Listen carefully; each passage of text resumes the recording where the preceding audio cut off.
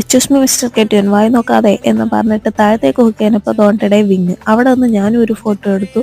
അതെന്റെ നേരെ അൽസീഫിലേക്ക് വിട്ടു. ഈ കാണുന്ന ക്യൂ മുഴുക്ക അപ്പുറത്തേക്ക് പോകാനായിട്ട് നിൽക്കുന്നതിനുള്ള സത്യം ഞങ്ങൾ മനസ്സിലാക്കിയെങ്കിലും ഞങ്ങൾ പിന്മാറിയില്ല. ഞങ്ങൾ അവിടെ തന്നെ കുറ്റിയടിച്ച് നിന്ന് കുറച്ചു നേരം പോസ്റ്റ് ആയെങ്കിലും ഒരു 4ാമത്തെ ബോട്ടൊക്കെ ആയപ്പോഴൊക്കെ ഞങ്ങൾക്ക് കയറാൻ പറ്റി. ഞങ്ങളും അങ്ങനെ അപ്പുറത്തേക്ക് പൊക്കൊണ്ടിരിക്കുകയാണ്. അപ്പം അതുകൊണ്ട് നോക്കിക്കഴിഞ്ഞപ്പോൾ നമ്മുടെ ക്രിസ്മസ് ട്രീയിൽ ഹാങ്ങിങ്സ് ഒക്കെ ഇട്ട് തുടങ്ങിയിട്ടുണ്ട്.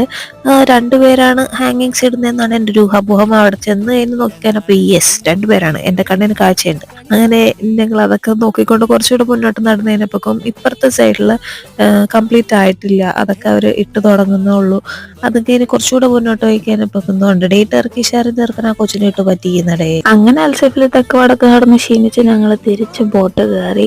അപ്പൊ വെള്ളത്തിൽ കൂടെ പോണം. ബോട്ടുകളുടെയും സൈഡിലുള്ള ബിൽഡിങ്ങുകളുടെയൊക്കെ ഭംഗിയൊക്കെ ആസ്വദിച്ച് ഞങ്ങൾ തിരിച്ച് റൂമിൽ പോയി. അങ്ങനെയൊക്കെ ഞങ്ങളുടെ വീക്കെൻഡ് തീർന്നു.